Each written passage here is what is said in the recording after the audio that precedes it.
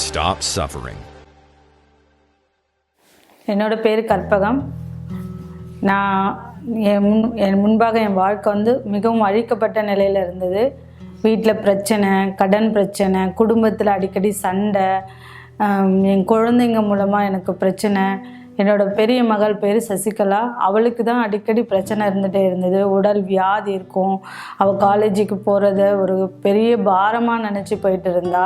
படிப்பை இது பண்ணுறது. அவளுக்கு ஒரு தாழ்வு மனப்பான்மை இருந்ததால் எனக்குள்ளேயும் தாழ்வு மனப்பான்மை, தற்கொலை என்ன இருக்கும். இதனோட எஃபெக்டாக என்னன்னு தெரியல, என் மகளோட வாழ்க்கையிலையும் அது இருந்தது. பிஇ படிக்கும்போது செகண்ட் இயர் படிக்கும்போது நான் இனிமேல் காலேஜ் போக மாட்டேன் அப்படின்னு சொல்ல ஆரம்பிச்சிட்டா. காலேஜுக்கு போகிறதில்ல. எனக்கு பிள்ளைங்க படிக்கணும் அப்படின்றதுல நான் ரொம்ப ஆர்வமாக இருப்பேன். அதனால் அவளை திரும்பவும் படிக்க சொல்லி அவளுக்கு கம்பல் பண்ணதால் அவள் சூசைடுக்கு முடிவு பண்ணிட்டான். ஒரு நாள் அவள் சூசைட் அட்டம் பண்ணதால் எனக்கு என்ன பண்ணணும்னு தெரியல. இதுக்கு முன்னாடி அவளை இந்த சூழ்நிலையில் மீட்கிறதுக்காக நான் போகாத இடம் இல்லை. கோவில், கோலம், யார் என்ன சொன்னாலும் நான் செஞ்சுட்டு இருந்தேன். அவள் எப்படியாவது அவள் மனம் மாறுவா அப்படின்னு சொல்லிட்டு. ஆனால் கடைசியான சூழ்நிலை என்னன்னா, நான் ரொம்ப பயங்கரமாக பாதிக்கப்பட்டது எப்படின்னா, என் மகளையே நான் இழந்துட்டேன். அவள் தற்கொலை பண்ணிக்கிட்டு அன்னைக்கு சூழ்நிலையில் என்ன பண்ணுறதுன்னு தெரியல. வீட்டில் யாருமே இல்லை. நான் தனியாக கொண்டு போய் ஹாஸ்பிட்டலில் சேர்த்தா அவளுக்கு ஒன்றும் இல்லை, பல்செல்லாம் இல்லை, நீங்கள் என்ன பண்ணுவீங்களோ தெரியாது அப்படின்னு வீட்டுக்கு கூப்பிட்டு போயிடுங்கன்னு சொல்லிட்டாங்க. அந்த மாதிரி ஒரு சூழ்நிலையில் எங்கள் அக்கா இந்த இடத்த பற்றி, இந்த ஆலயத்தை பற்றி சொன்னாங்க. நான் ஒரு அவநம்பிக்கையாக தான் இங்கே வந்தேன். எங்கெங்கேயோ போனோம், அது நடக்கலை, இங்கே மட்டும் நடக்குமான்னு. ஆனால் நான் என் குழந்தைய பிணமாக தான் இந்த இடத்துல நான் கூப்பிட்டு வந்தேன். அப்போ முதல் மீட்டிங்லேயே எனக்கு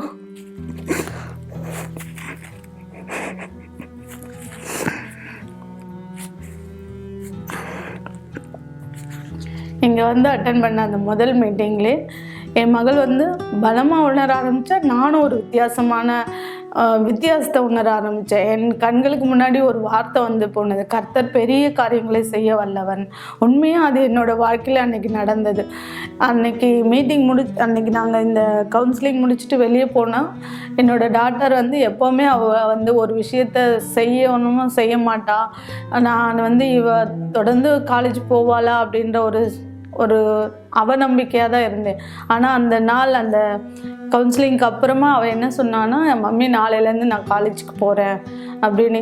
ஆல்ரெடி ஏற்கனவே ரொம்ப வீக்காக இருந்தால், தற்கொலைக்கு முயற்சி பண்ணதால் அவளால் ஒன்றும் பண்ண முடியாது, எப்படி பண்ணுவான். ஆனால் மறுநாள் காலையில் எழுந்திரிச்சு ஃப்ரெஷ்ஷாக கிளம்பி காலேஜ் போயிட்டா. அந்த தெருவே நாள் இந்த பிள்ளைக்கு ஏதோ பிரச்சனை, போலீஸ்லாம் வந்தது அப்படின்னு பார்த்தாங்க. இன்றைக்கி காலேஜ் போகிறாளே அப்படின்னு ஆச்சரியமாக பார்த்தாங்க. ஆனால் தேவன் கர்த்தர் என் வாழ்க்கையில் பெரிய காரியம். அந்த நாள் முதற்கொண்டு நாங்கள் ஒவ்வொரு நாளும் ஆலயத்துக்கு வர ஆரம்பித்தோம். கொஞ்சம் கொஞ்சமாக என் மகள் வாழ்க்கையில் விடுதலை வந்தது. என் மகள் மூலமாக நாங்கள் எல்லாருமே விடுதலை பெற ஆரம்பித்தோம்.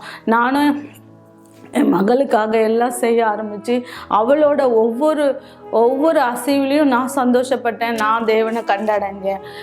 அதுக்கப்புறமா இங்கே வர ஆரம்பித்தோம். முதல்ல நானும் என் மகளும், அடுத்து என் இளைய மகள், என் கணவர் எல்லாருமே வர ஆரம்பித்தோம். என் குடும்பம் முழுவதுமே படிப்படியாக தேவனை தெரிஞ்சு கொள்ள ஆரம்பித்தது. நாங்கள் எல்லா நாள் புதன்கிழமை, வெள்ளிக்கிழமை கூட்டத்தில் குறிப்பாக முக்கியமாக கலந்துக்க ஆரம்பித்தோம். ஆவிக்குரிய வாழ்க்கையிலேருந்து விடுதலை பெற்றோம். என்னோட பண வாழ்க்கையிலையும் நான் வித்தியாசத்தை பார்க்க ஆரம்பித்தேன். கடன் பிரச்சனையிலேருந்து நான் கிட்டத்தட்ட 5 லட்ச ரூபாய் கடனோடு இந்த ஆலயத்தில் வந்திருந்தேன். இங்கே வந்த பிறகு நான் இங்கே கடந்த வழிநடத்தலில் கேட்டு கீழ்ப்படிய ஆரம்பித்தேன். இன்றைக்கி என்னோட கடன் எனக்கு கடன்றது எதுவுமே இல்லை. என்னோட கடன்ற பிரச்சனையிலேருந்து நான் முழுமையாக விடுதலை அடைஞ்சிருக்கேன். இந்த நடுவில் நான் நிறைய விஷயங்களை கடந்து போயிருக்கேன். எல்லாத்துக்கும் தேவன் எனக்கு வழிநடத்தல் கொடுத்துருக்காரு. அதுக்கப்புறம் இந்த ஆலயத்தில் நான் தொடர் சங்கிலி ஜபத்தில் கலந்துக்கும் போது பரிசுத்த ஆவியை பற்றி தெரிஞ்சுக்கிட்டேன். அதுக்காக நான் முன்னோக்கி போக ஆரம்பித்தேன். நான் ஒவ்வொரு தடவை நடக்கும் போதும் தொடர் சங்கிலி ஜபத்தில் கலந்துக்கிட்டேன். அப்போது ஒரு மாதம் பிப்ரவரி மாத ஜபத்தில் வந்து நான் பரிசுத்த ஆவியின் அபிஷேகத்தை பெற்றேன். அந்த நாள் வந்து அவ்வளோ ஒரு சந்தோஷத்தை நான் என் வாழ்க்கையில் அடைஞ்சேன். நான் ஓடி ஓடி ஓடி அவ்வளோ எல்லாருக்கிட்டையும் நான் பரிசுத்த ஆவியின் அபிஷேகத்தை பெற்றதுக்கான எனக்குள்ள அவ்வளோ ஒரு சந்தோஷம். அதுக்கப்புறம் வந்து நான் அந்த நிறைய விஷயங்கள் எனக்குள்ள மாற்றத்தை பார்க்க ஆரம்பித்தேன்.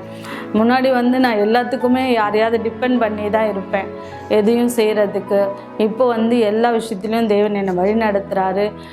முன்னாடி யாரெல்லாம் என்னை அலட்சியமாக பார்த்தாங்களோ, நான் தேவனை தேடி போகிறத அவங்களுக்கெல்லாம் உதவி செய்கிற இடத்துல இப்போ தேவன் என்னை வச்சுருக்காரு. பண வாழ்க்கையிலும் சரி, எல்லா ஊழியத்துலேயும் சரி, தேவன் நான் வந்து என்னோட முழு குடும்பத்தையும் தேவனோட கரத்தில் கொடுத்துருக்கேன்.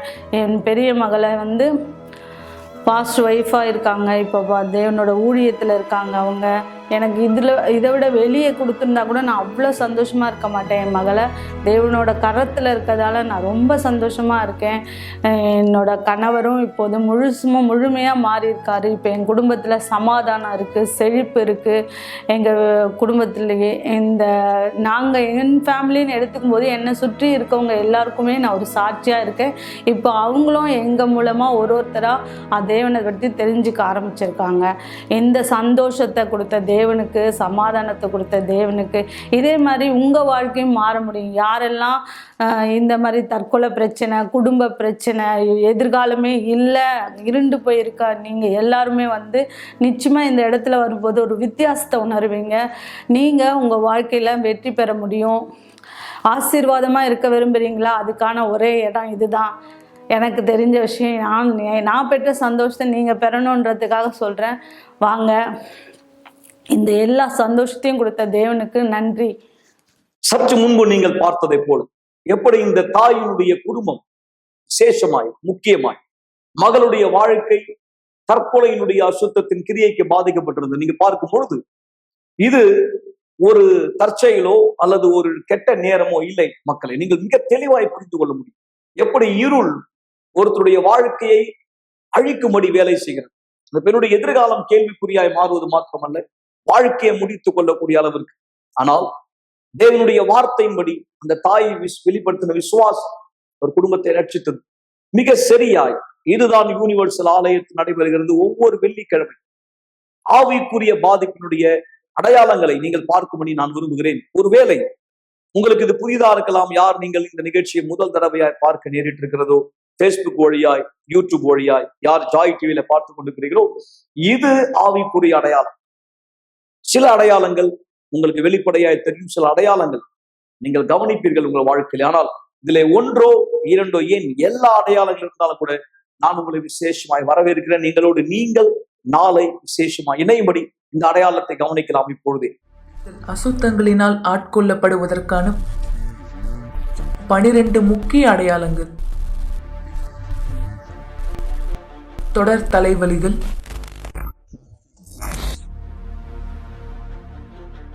பயங்கள்,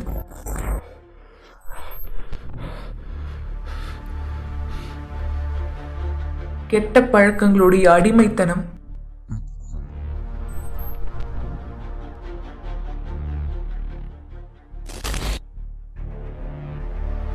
தற்கொலை யோசனைகள் மற்றும் மன அழுத்தங்கள்.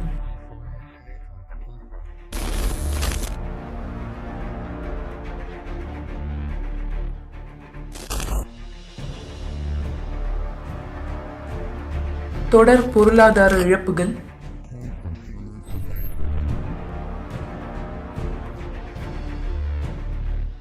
கெட்ட கனவுகள் மற்றும் தூக்கம் இல்லாத இரவுகள்,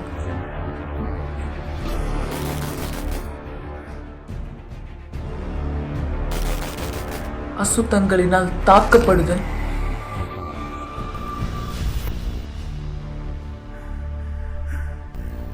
பொறாமை மற்றும் வன் கண்ணிற்கு பாதிக்கப்பட்டவர்,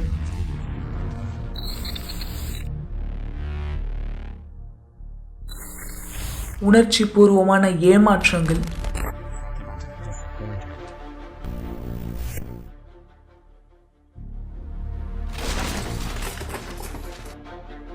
மருத்துவர்களால் கண்டறியப்பட முடியாத வியாதிகள்,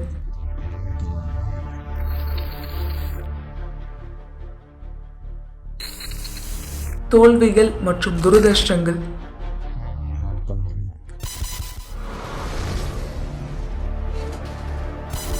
குரல்களை கேட்பது மற்றும் நிழல்களை பார்ப்பது.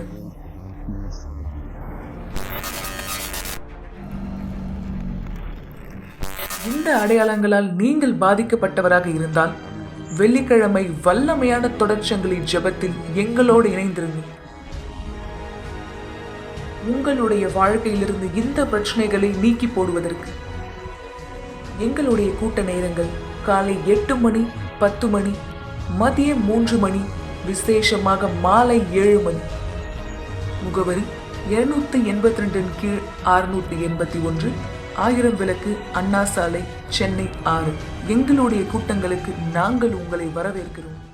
12 அடையாளங்களை நீங்கள் பார்த்தீர்கள். இதை தவிர சில அடையாளங்களும் உண்டு மக்களை. எனவேதான் ஆண்டவராகிய இயேசு தாமே அவர் வார்த்தைகளை சொன்னார், திருடவும் கொல்லவும் அழிக்கவும் வருகிறானே என்று வேறொன்றுக்கும் வரான். இந்த திருடன் யார்? ஒரு இருள், நம் கண்களுக்கு புலப்படாத ஒரு சக்தி. ஆனால் அன்றாட வாழ்க்கையிலே மக்கள் வாழ்க்கையில் அது செயல்படுகிறது. இளம் வாலிபர்கள், இளம் பெண்கள் எத்தனை பேர் மன அழுத்தத்துல பாதிக்கப்பட்டவங்களா இருக்காங்க. மன அழுத்தம், மனசுல ஒரு மிகப்பெரிய சுமை, சிறு வயதில் ஏற்பட்ட பாதிப்பு அல்லது ஒரு நம்பிக்கை துரோகம், ஒரு கைவிடப்படுதல், புறக்கணிப்பு அல்லது தவறான ஒரு சாட்சியை பார்த்து வளர்ந்தது, குடும்ப சூழல், அவங்க பார்த்து வளர்ந்த விதம், அவங்க மனதுல தவறான அபிப்பிராயங்களை வளர்த்து கொண்டது, பின்னாளில சமூக விரோதமான செயல்களில் ஈடுபடுகிற ஒருவராய், தவறான வாழ்க்கை முறையை தேர்ந்தெடுக்கிற ஒருவராய் அவரை தள்ளுகிறது. இப்படியாக தான் இருள் நம்முடைய சிந்தையை ஆட்கொண்டு நம்மை அழிவை நோக்கி கொண்டு செல்கிறார். எனவே ஆண்டவர் வாக்களித்திருக்கிறார், நான் ஜீவனை தர பரிபூர்ணப்பட வந்தேன். கண்டிப்பாய் நீங்கள் ஜீவனை பெற முடியும் நண்பர்களே. இந்த சாட்சி ஒரு தெளிவான ஒரு அடையாளமா இருக்கும் எந்த அளவு வாலிபர்களுடைய வாழ்க்கையிலும் இருள் செயல்படுகிறது என்று. எனவேதான் உங்கள் பிள்ளைகளும் நீங்கள் விசேஷமாய் வரவேற்கப்படுகிறீர்கள்.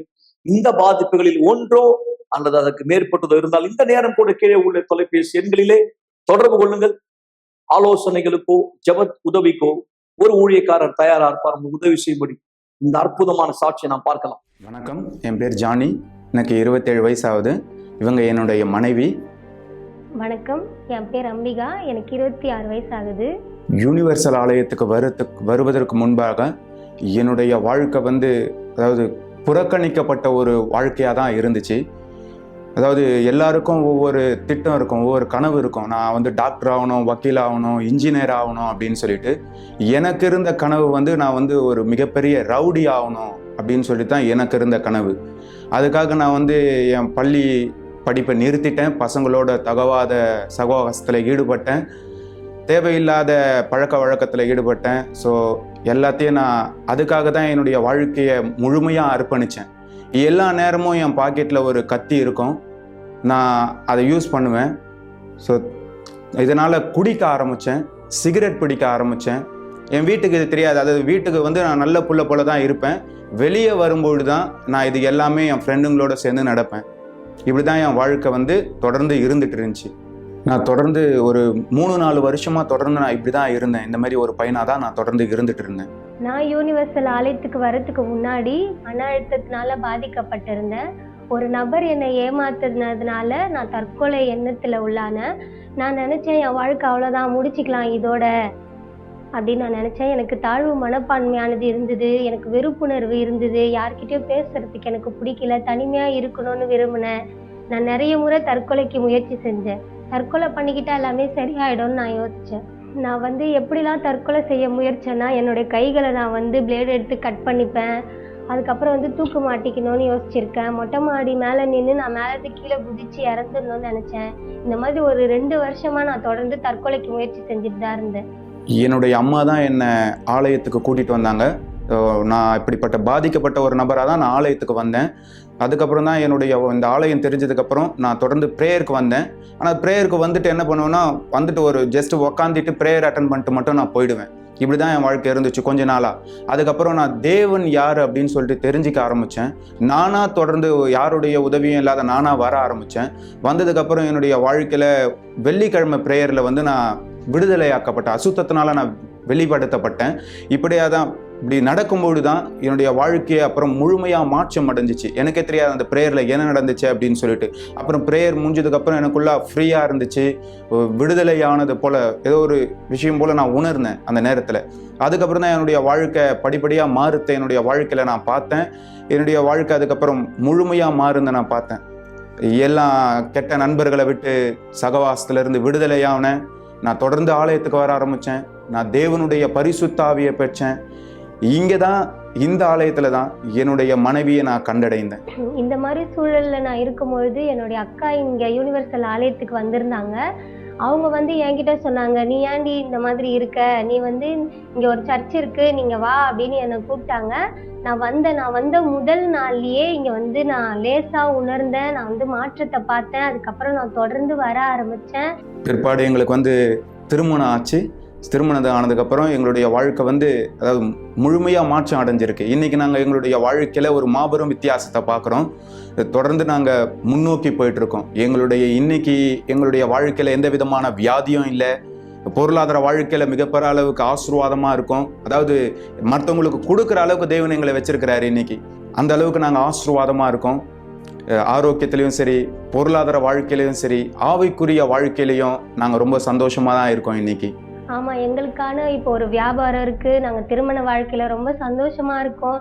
நாங்கள் ஆரோக்கியமாக இருக்கோம். நாங்கள் எங்கள் குடும்பங்களுக்கும் உதவி செய்கிறோம். அப்புறம் ஆத்துமாக்கள் ஆதாயப்படுத்துறதுக்கும் நாங்கள் 2 பேரும் உதவியாக தேவன் எங்களை பயன்படுத்துகிறாரு. நிச்சயமாக எங்களுடைய வாழ்க்கையில் ஒரு மாபெரும் பதிலை நாங்கள் பார்த்துருக்குறோம். அதாவது வாழ்க்கைக்கு ரெண்டு விதமான விஷயம். எங்கள் வாழ்க்கைக்கு இங்கே வர்றதுக்கு முன்னாடி ஒரு செயல், இப்போ நாங்கள் இங்கே வந்திருக்கும்போது இங்கே ஒரு ஆசீர்வாதத்தை நாங்கள் பார்த்துருக்குறோம். அதாவது என்னுடைய நோக்கம் ஆத்துமாக்களை அழிக்கணும் அப்படின்னு சொல்லிட்டு தான், அதாவது போய் அடுத்தவங்களை கொல்லணும் அப்படின்ற எண்ணம் தான் எனக்கு இருந்துச்சு. ஆனால் தேவன் இன்னைக்கு ஆத்துமாக்களை ஆதாயப்படுத்தக்கூடிய வகையில் என்னை தேவன் இன்னைக்கு வச்சிருக்கிறார். நான் நிச்சயமாக அதை நினச்சி கூட பார்க்கல. நான் ஒரு நாள் தேவனுக்கு ஊழியம் பண்ணுவேன் அப்படின்ற எண்ணம் எனக்கு கடுகளவு கூட இல்லை. தேவன் இன்னைக்கு என் எண்ணத்தையே மாற்றிருக்கிறார். தேவன் என்னை ஆசீர்வதிச்சிருக்கிறார். என்னுடைய வாழ்க்கை மாறி இருக்கு. இதை பார்த்துட்டு இருக்க ஒவ்வொரு வாலிபர்களையும் தேவன் உங்களை நிச்சயமா ஆசீர்வதிப்பார். என்னுடைய சாட்சியை பார்த்துட்டு இருக்கவங்க எல்லாருக்குமே சொல்றேன், நான் இன்னைக்கு எப்படி சந்தோஷமா இருக்கணும், மாற்றப்பட்டிருக்கணும், அதே மாதிரி நீங்களும் உங்க வாழ்க்கையில நிச்சயமா மாற முடியும். நீங்களும் ஆசீர்வதிக்கப்பட முடியும். எல்லாவற்றிலும் இன்றைக்கு நாங்கள் ஆசீர்வாதத்தை பார்த்துட்டு இருக்கோம்.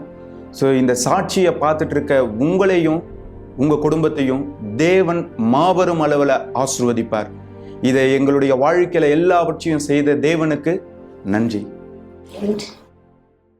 இந்த நேரம் இந்த சாட்சியினால் கண்டிப்பாய் நீங்கள் தெளிவடைந்திருப்பீர்கள். இன்றைக்கு இந்த தம்பதியினர், இளம் வயதினர் ஒரு வெற்றிகரமான விடுதலையான பாதையிலே வாழ்க்கையிலே முன்னோக்கி சென்று கொண்டிருக்கிறார்கள். இதை தான் கர்த்தர் வாக்களித்தார், நான் ஜீவனை தர பரிபூர்ணப்பட வந்தேன். ஆனால் நீங்கள் தான் முடிவெடுக்க வேண்டும் மக்களே, நீங்கள் தான் தீர்மானிக்க வேண்டும். இது தற்செயல் அல்ல, கெட்ட நேரம் அல்ல. திருட, கொள்ள, அழிக்க மட்டுமே இருள் வேலை செய்கிறது. நாளை விசேஷமாய் காலை 8 மணி, 10 மணி, மதியம் 3 மணி, சிறப்பு கூட்டம் இரவு 7 மணி. நாம் இங்கே யூனிவர்சல் ஆலயத்திலே என்ன செய்ய போகிறோம், சென்ற வாரம் நடந்தது என்ன, நீங்கள் பார்க்கும்படியான ஒரு வீடியோ கவனிங்கள். உங்களுக்கும் இப்பொழுது வாய்ப்பு கொடுக்கப்படுகிறது. வெள்ளிக்கிழமை இதுதான் மக்களே யூனிவர்சல் ஆலயத்தில் நடைபெறுகிறது. விசேஷமாய் காலை 8 மணி, 10 மணி, 3 மணி, சிறப்பு கூட்டம் இரவு 7 மணி. நாம் என்ன செய்கிறோம் இங்கே இடத்துல நீங்கள் பார்ப்பதை போல சிலுவையின் மேல் இருக்கிற இந்த வஸ்திரம் ஒரு நாளும் அபிஷேகப்பட்டுக் கொண்டிருக்கிறது. சரியாய் நீங்கள் பார்ப்பதை போல பைபிள் காலத்திலே உதிரப்போக்கு வியாதியால் பாதிக்கப்பட்ட அந்த பெண் இயேசுடைய ஆடையை தொட்டால் விசுவாசத்தினால். ஏனால் அவருடைய பிரச்சனை நீண்ட கால பிரச்சனை, தொடர் பிரச்சனை. நீங்க சந்திக்கிற இந்த பிரச்சனை ஒருவேளை தொடர் பிரச்சனையா இருக்கு. நீங்க எத்தனையோ மருத்துவர்கிட்ட போயிருக்கீங்க, எத்தனையோ பரிகாரங்கள் செய்திருக்கலாம். யார் யார் உங்களை எங்கெங்க அழைச்சாங்களோ, எங்கெங்க என்னென்ன செய்ய சொன்னாங்களோ எல்லாமே நீங்க செய்திருக்கீங்க நண்பர்களே. ஆனால் ஒருவேளை உங்களுக்கு அந்த ஆரோக்கியம் இன்னும் இல்லை, ஒருவேளை உங்களுக்கு இன்னும் விடுதலை இல்லை, உங்களுக்கு இரவுல தூக்கம் வருவதில்லை, மன அழுத்தம் அல்லது கெட்ட கனவுகள், தொடர் தோல்வி, தற்கொலை எண்ணங்கள். சில நேரம் உங்களுக்கு மனசு ஒரே குழப்பமா இருக்கு, என்ன நடக்குதுன்னு உங்களுக்கு தெரியல. ஆனால் என்னால் உங்களுக்கு சொல்ல முடியும், நீங்கள் சந்தித்துக் கொண்டிருப்பது ஆவிக்குரிய பாதிப்பு. எப்படி இயேசுடைய ஆடையின் ஓரத்தை தொட்ட பெண் அந்த நேரமே உடனே விடுதலை பெற்றாலும் நான் உங்களை ஊக்குவிக்கிறேன். உங்களுக்கு எந்த நஷ்டம் ஏற்பட போகுது யோசிக்க நண்பர். 12 வருஷம் எல்லாவற்றையும் இழந்த அந்த பெண் அதான் புரிஞ்சுக்கிட்டாங்க, இனி எனக்கு இழக்கிறதுக்கு என்ன இருக்கு, ஆனா நான் போய் இயேசுடைய ஆடையின் ஓரத்தை தொட்டால் நான் சுஸ்தமாவேன். நீங்க இழக்கிறதுக்கு எதுவும் இல்லை. ஒருவேளை எல்லாமே நீங்க இழந்திருக்கலாம், இழந்துட்டு இருக்கீங்க. இந்த வெள்ளிக்கிழமை இந்த ஆவிக்குரிய விடுதலையில எங்களோட இணைவீர்களானால் என்னால் உங்களுக்கு உறுதியாய் சொல்ல முடியும், நீங்களும் சக்தியை அனுபவிக்க முடியும். உங்கள் நண்பர்கள், தெரிந்தவர்கள் யார் அப்படி கஷ்டப்படுறாங்க ஆவிக்குரிய பாதிப்பினால், மாந்திரீகத்தினால, சாபத்தினால, தோஷத்தினால, நான் உங்களை விசேஷமாய் வரவேற்கிறேன். இந்த வெள்ளிக்கிழமை எங்களோட இணைய மறக்காதீர்கள். நீங்கள் எங்கள் சிறப்பு விருந்தினர். ஒவ்வொரு நாளும் அபிஷேகப்பட்டு கொண்டிருக்கிறது. இதுதான் இந்த வாரம் விசேஷமாய் நடைபெற போகிறது.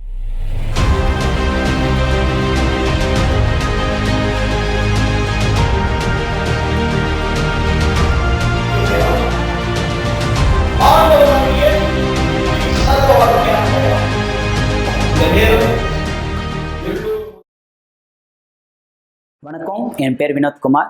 எனக்கு வயசு 30 ஆகுது.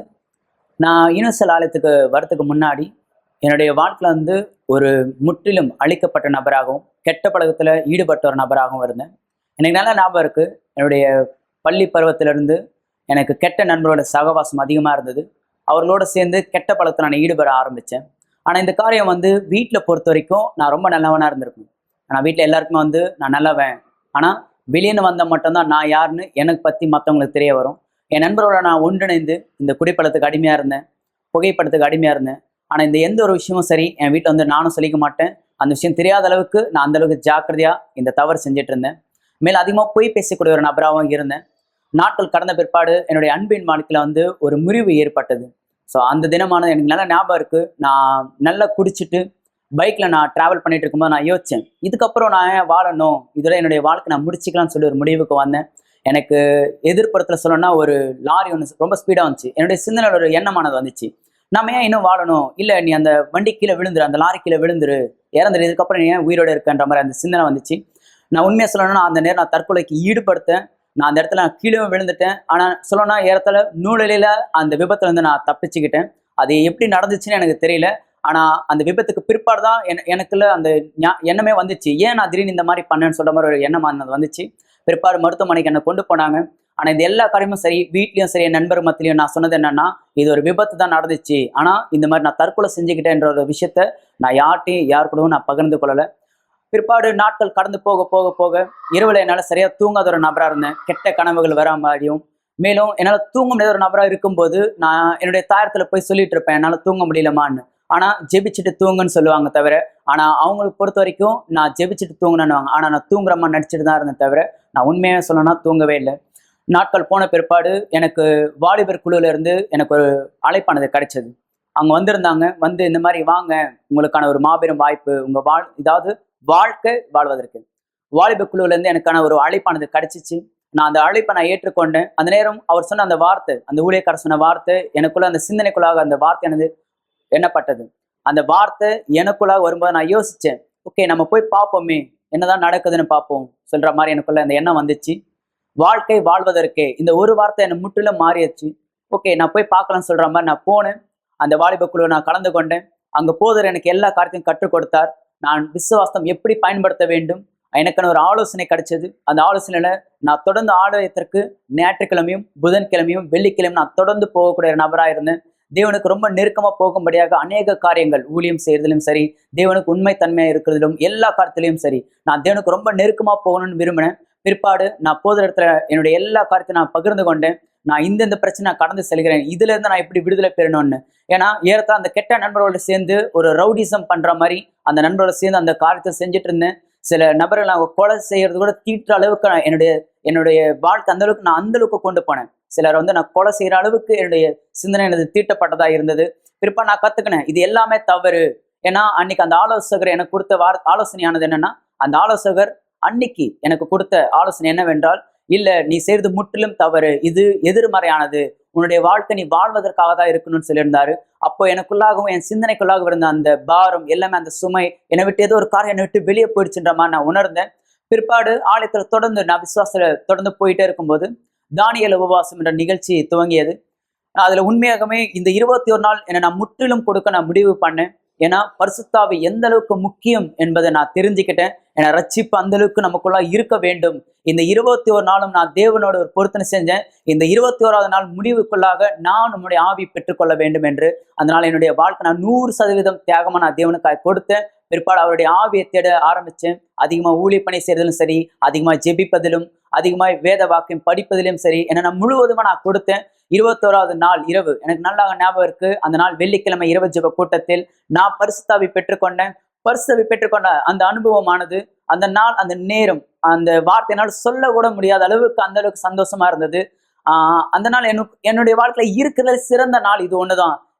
ஏறத்தாழ எனக்கு ஒரு பிறந்த நாள் வர நாளா இருந்தாலும் சரி, ஒரு நல்ல காரியம் வீட்டில் நடந்தாலும் எந்த அளவுக்கு சந்தோஷப்படுறாங்களோ அதோட இந்த காரியத்தினால ஈடுகட்டு சொல்லவும் முடியாது. ஏன்னா அது அந்த அளவுக்கு எனக்குள்ளாக ஒரு காரியமா இருந்தது. மேலும் என்னுடைய விசுவாசத்தில் நான் எப்படி இருக்கணும், அதே பிரகாரம் என்னுடைய விசுவாசம் பிரகாரம் தேவன் என்னை ஆசீர்வதித்திருக்கிறார். என்னுடைய திருமண வாழ்க்கை பீடத்தின் மீதாக ஆசீர்வாதமா இருக்கிறது. இப்ப சொன்னா என்னுடைய முழு வாழ்க்கையும் சந்தோஷமாவும் இருக்கு, திருமண வாழ்க்கையும் ஆசீர்வாதமா இருக்கு. முழு குடும்பத்தோடும் சந்தோஷமும் தேவனுக்காய் ஊழியம் செய்கிற நபராய் நாங்கள் இருந்திருக்கிறோம். எல்லாவற்றுக்கும் தேவனுக்கு நன்றி. இன்று பரிசுத்தாவில நிரப்பப்பட்ட ஒரு நபராகவும், தேவனுடைய மனுஷனாகவும், தேவனுடைய பிள்ளையாகவும் நான் இருக்கிறேன். இந்த சாட்சியை பார்த்த நீங்கள் கண்டிப்பாய் மறுக்க முடியாது. ஏன், உங்கள் வாழ்க்கையில் நடக்கிற காரியங்களும் சில நேரம் உங்களுக்கு புரியாத புதிரா இருக்கிறதா? ஏன் நடைபெறுகிறது உங்களுக்கு தெரியவில்லையா? கண்டிப்பாய் ஒரு ஆவிக்குரிய பின்னணியை அது கொண்டுகிறது. நண்பர்களே, நீங்கள் மேலும் விளக்கங்களை அறிய விரும்பினால், உங்களுக்கு ஜெபம் இந்த நேரம் தேவையானால், இப்போது நீங்க மன அழுத்தத்தோடு இருந்தால் ஒரு டம்ளர் தண்ணி ஆயத்தப்படுத்திக் கொள்ளுங்கள். என்னோட விசுவாசத்தை ஒன்றிணைங்கள். நாம் இந்த நேரத்திலே ஜெபத்திலே முன்னோக்கி செல்லலாம். ஜெப நேரத்திற்காய் நாம் நம்மை ஆயத்தப்படுத்திக் கொள்ளலாம். நேற்றும் இன்றும் என்றும் மாறாத என் தேவன். ஆம், நேற்றும் இன்றும் என்றும் மாறாத நீர் இந்த உலகத்திலே மாம்சமாய் வந்து, வார்த்தை மாம்சமாகி உலகத்துக்கு வந்தார் என்று வசனம் சொல்வதை நாங்கள் வாசிக்கிறோம். தேவன், நீ உலகத்துக்கு வெளிச்சமாய் வந்தீர். எனவேதான் இருளின் கிரியையை நீ சென்ற இடத்தில் எல்லாம் நிர்மூலமாக்கினீர். சாசுகளை துரத்தினீர், வியாதியஸ்தர்களை சொஸ்தமாக்கினீர், கட்டுண்டவர்களை, சிறைப்பட்டவர்களை விடுவித்தீர். இன்றைக்கும் இந்த கூட்டத்திலே, இந்த நேரத்திலே என்னோடு யார் தன் கரத்திலே தண்ணீரை ஏந்தி கொண்டு விசுவாசத்தில் ஒன்றிணைந்திருக்கிறார்களோ, ஒருவேளை அவர் இருக்கிற இடம், சூழல், ஜெபிக்கக்கூடிய ஒரு ஏற்ற சூழலா இல்லாமல் இருந்தால், நான் உம்மிடத்திலே கேட்கிறேன், என் ஆண்டவராக இயேசு, இந்த நேரம் இந்த நபரை நீர் பலத்த கரத்தினால் தொடும்படி, இவரை விடுவிக்கும்படி, எல்லா அசுத்தத்தின் கட்டுகளிலிருந்து, எல்லா விதமான சாபங்களிலிருந்து, தூக்கமின்மையிலிருந்து, மன அழுத்தத்திலிருந்து, யார் ஒருத்தர் கெட்ட பழக்கத்துக்கு அடிமையாக்கப்பட்டவராய் இருந்தால், வீட்டுக்குள் சமாதானம் இல்லாத ஒரு சூழலை சந்தித்துக் கொண்டிருந்தால், சற்று முன்பு வியாழக்கிழமை கூட்டத்தின் மூலமாய் அநேக குடும்பங்கள், திருமண தம்பதியர்கள், வாலிபர்கள், இளம் பெண்கள் ஆசீர்வதிக்கப்பட்டதை போலவே இந்த ஜெபத்திலே எங்களோடு விசுவாசத்தை இணைக்கிற ஒவ்வொரு குடும்பமும், வாலிபர்களும், இளம் பெண்களும், என் தேவனே, கணவன், மனைவி, பிள்ளைகள் ஆசீர்வதிக்கப்படுவார்களாய், விடுவிக்கப்படுவார்களாய். இந்த தண்ணீரை அபிஷேகிக்கும்படி கேட்கிறேன். இதன் மூலமாய் சமாதானம், வல்லமை இந்த சரீரத்தை தொடரும். இயேசு கிறிஸ்துவின் பெயரால் ஜெபிக்கிறேன் பிதாவே, ஆமென். ஆசீர்வாதமான தண்ணீரை பருகுங்கள். நான் விசுவாசிக்கிறேன், தேவனுடைய வல்லமை உங்களுக்குள் வெளிப்பட்டிருக்கிறது. ஆம், இந்த நேரம் நீங்கள் இரவு நிம்மதியான உறக்கத்தை பெறுவீர்கள். உங்களுக்குள் இந்த நேரம் மன அழுத்தமில். நண்பர்களே, உங்கள் சாட்சிகளை எங்களோடு பகிர்ந்து கொள்ளலாம். நீங்கள் இந்த அடையாளங்கள் ஒன்றை உங்கள் வாழ்க்கையிலோ, தெரிந்தவர் வாழ்க்கையிலோ நீங்கள் பார்த்தால், உங்களுக்கு ஆலோசனை தேவையானால் எங்களை தொடர்பு கொள்ள மறக்காதீர்கள். நாளை இதுதான் இங்கே மவுண்ட் ரோடு தலைமை சபையிலே செய்ய போகிறோம். மேலும் நம்முடைய ஆலயம் சென்னையில் எங்கெல்லாம் இருக்கிறதோ எல்லா இடத்திலையும், மேலும் மும்பையிலும் ஹைதராபாத்திலும் கூட விடுதலையின் மாபெரும் வல்லமையின் ஜெபம் நாளை செய்யப்பட போகிறது. தொடர்ந்து யார் நீங்கள் நிகழ்ச்சி பார்த்து கொண்டிருக்கிறீர்களோ, கர்த்தர் தாமே உங்கள் அனைவரையும் ஆசீர்வதிப்பாராய். மேலும் லிங்கை ஷேர் பண்ணுங்க, அநேகர் உதவியை பெற்றுக்கொள்ளும்படி. நாளை இரவு மீண்டும் உங்களை சந்திக்கும் வரை தேவன் உங்கள் அனைவரை ஆசீர்வதிப்பாராக. செல்வார். கண்களிலே கண்ணீரோடு வேதனையோடு வருகின்றேன். கண்களிலே கண்ணீரோடு